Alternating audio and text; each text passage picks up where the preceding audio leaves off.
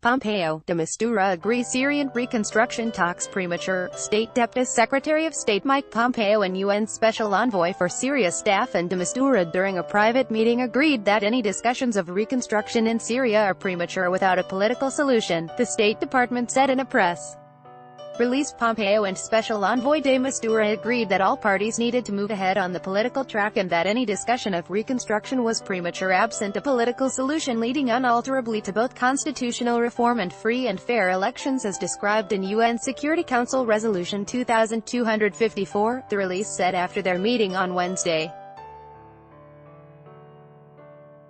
Syrian Minister of Local Administration and Environment Hussein Maklouf said earlier on Wednesday that the Western sanctions against Syria hamper its restoration. The minister pointed out that lifting of the sanctions would also improve the situation around the Syrian refugees. Meanwhile, Syria's Petroleum and Mineral Resources Ministry has developed a strategy to provide the country with energy resources until 2033.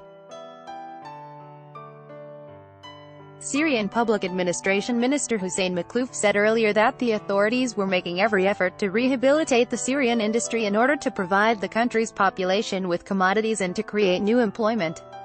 Syrians have been gradually returning to their homes over the recent months due to the reconstruction of destroyed social infrastructure in the country, while the overall situation has reportedly become more peaceful and stable. Syrian President Bashar Assad has said that it would take up to $400 billion to rebuild Syria after the conflict, which has been raging since 2011.